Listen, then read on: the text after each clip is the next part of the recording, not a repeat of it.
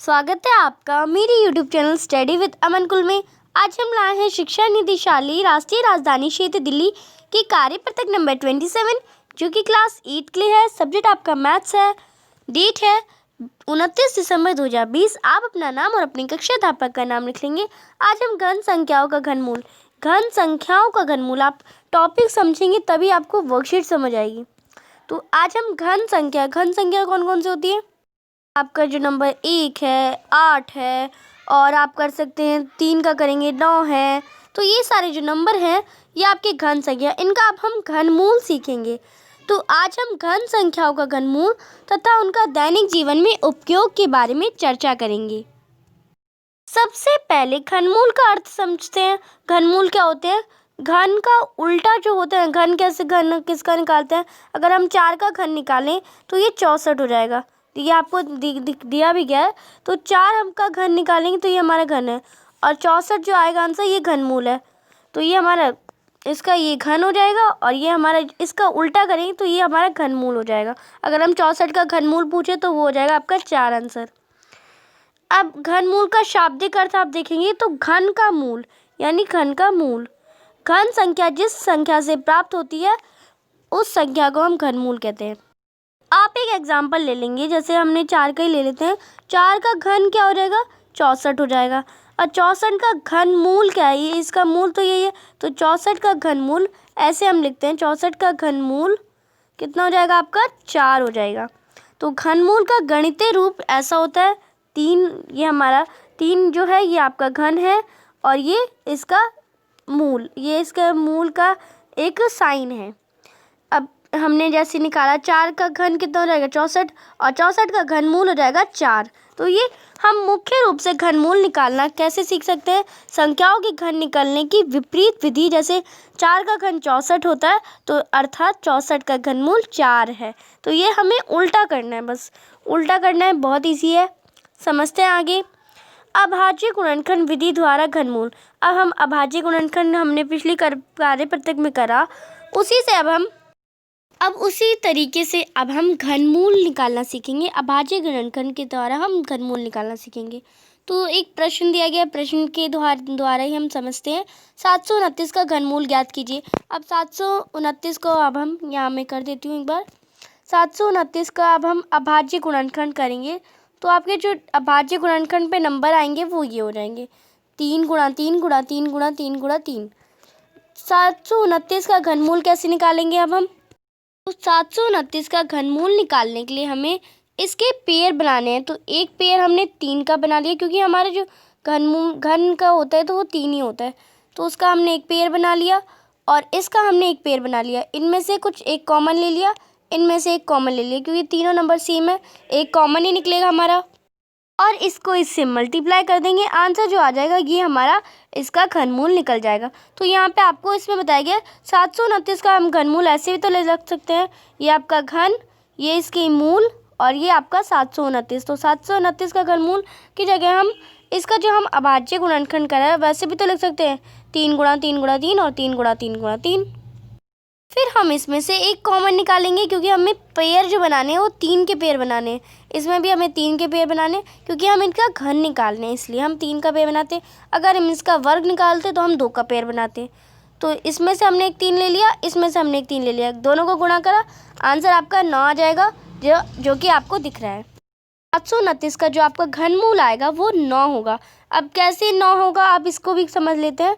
9 का अगर आप घन निकालेंगे तो आपका 729 ही आ जाएगा। 9 को 9 से 3 बार गुणा करेंगे तो आपका 729 ही आंसर आ जाएगा। तो इससे आपको पता चल जाएगा कैसे हम अभाज्य गुणनखंड द्वारा घनमूल निकालते हैं। तो अब आपको दिया गया 27 का रिवर्स का 3 का रिवर्स।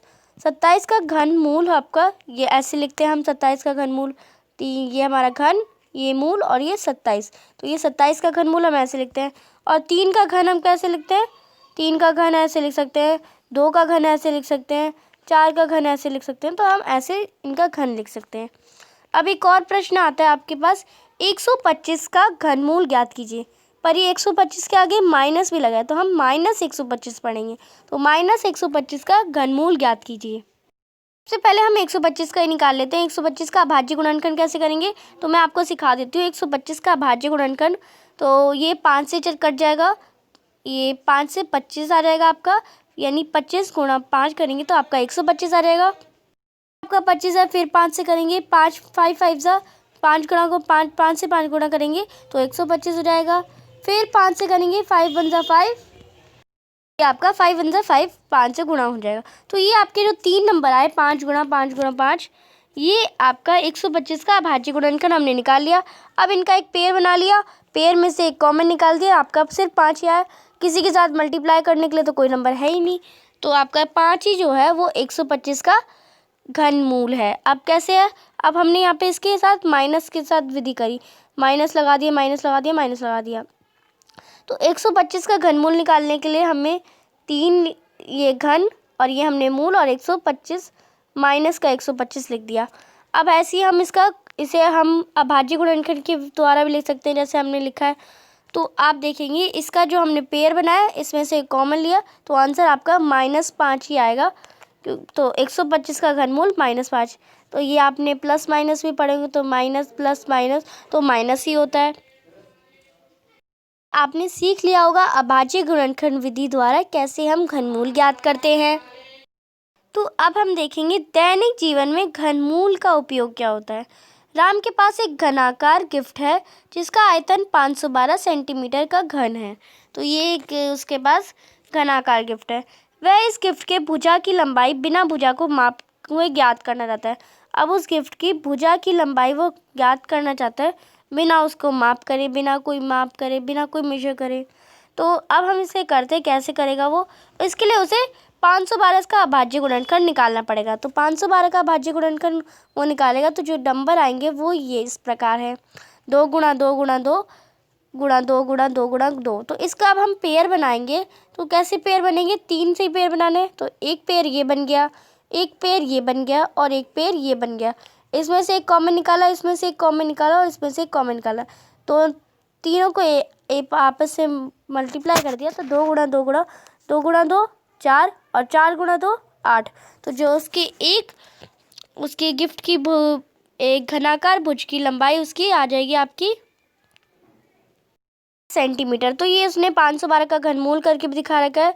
तो 512 लिखने से अगर हम इसका अभाज्य गुणनखंड कर रहे हैं तो हम ऐसे भी लिख सकते हैं, 2 गुणा 2 गुणा 2।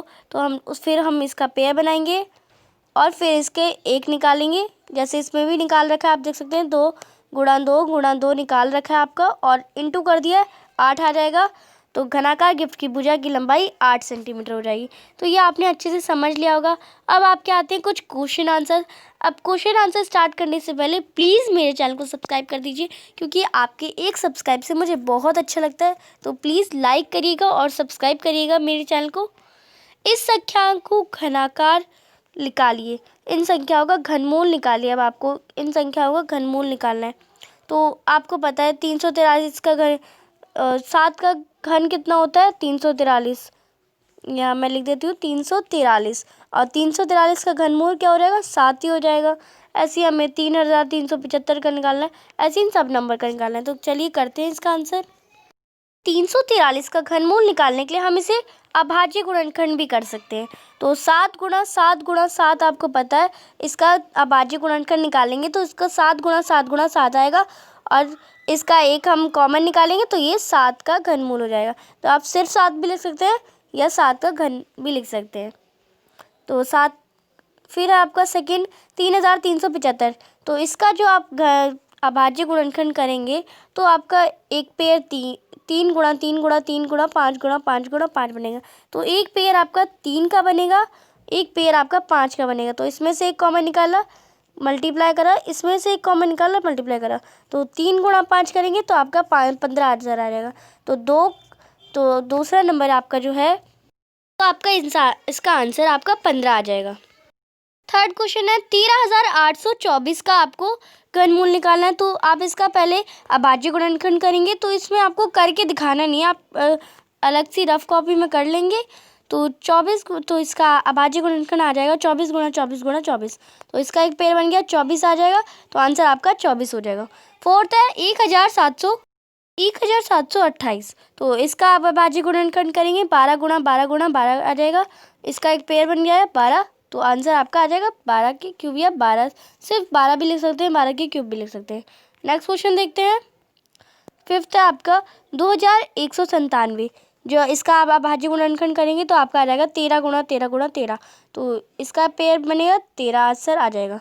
फिर है सिक्स्थ आपका 1331। इसका आप करेंगे तो ये पेयर बन जाएगा और ये आपका आंसर आ जाएगा 11। नेक्स्ट क्वेश्चन देखते हैं। नेक्स्ट क्वेश्चन है आपका, उन संख्याओं को लिखिए जिनकी ये संख्याएं घनमूल है। अब ये आपको कंफ्यूज नहीं कराएंगे, इससे आप समझिए आप अगर 4 का घन निकालें तो वो 64 है। अब आपको ये बताना है कि उन संख्याओं का जिनका ये घनमूल है। अब ये संख्या किसकी घनमूल है? 64 की घनमूल है। अगर 13 ले तो 13 किसकी घनमूल है? 10 ले आप तो 10 किसकी घनमूल है? 1000 की घनमूल है। तो ये आपको करना है, तो इसका आंसर करते हैं। इसका आप आंसर एक इजी वे में भी कर सकते हैं। अगर 4 आप ले रहे हैं तो 4 किसका घनमूल है? 64 का है। तो इसे आप 4 को 3 बार गुणा करके यानी 4 का घन भी निकाल सकते हैं, तो ये 64 आ जाएगा। तो यही आपका आंसर हो जाएगा। तो ये 64 का घनमूल है। 10 का करेंगे, 10 को 3 बार गुणा करेंगे 10 से ही, तो आपका 1000 आ जाएगा। 6 का करेंगे, 6 गुणा 6 गुणा 6 216, तो 216 6 का घनमूल है। 13 का करेंगे तो आपका आ जाएगा 13 गुणा 13 गुणा 13 यानी 2197, जो हमने अभी नेक्स्ट पिछले क्वेश्चन में भी करा। 19 का करेंगे, 19 गुणा 19 गुणा 19, जो कि आपका आ जाएगा आंसर 56,008। ये आपका आ जाएगा 6,859। तो इसका आप आंसर देखेंगे कि जो 6,859 है वो 19 का घनमूल है। 8 करेंगे, 8 गुणा 8 गुणा 8, तो वो 500 बार आ जाएगा आपका। तो आप इसका आंसर कर लेंगे। और अभी तक आपने मेरे चैनल को सब्सक्राइब नहीं करा तो प्लीज़ सब्सक्राइब करिए मेरे चैनल को। वीडियो अच्छी लगी तो लाइक करिएगा, चैनल को सब्सक्राइब करके बेल आइकन को प्रेस कर देगा, जिससे आपको नोटिफिकेशन डे बाय डे आपको आते रहेंगे। जैसे ही मैं आपकी वर्कशीट अपलोड करूँगी आपको वैसे ही नोटिफिकेशन मिल जाएगा। जैसे उस टाइम पे आपको वर्कशीट पता चल जाएगी कि मैम ने अपलोड कर दी है, अब आपके पास आ जाएगी। तो सब्सक्राइब कर दीजिएगा और बेल आइकन को ज़रूर प्रेस करिएगा। वीडियो अच्छी लगी तो सभी दोस्तों के साथ शेयर करिएगा। Thanks for watching video. Bye bye guys.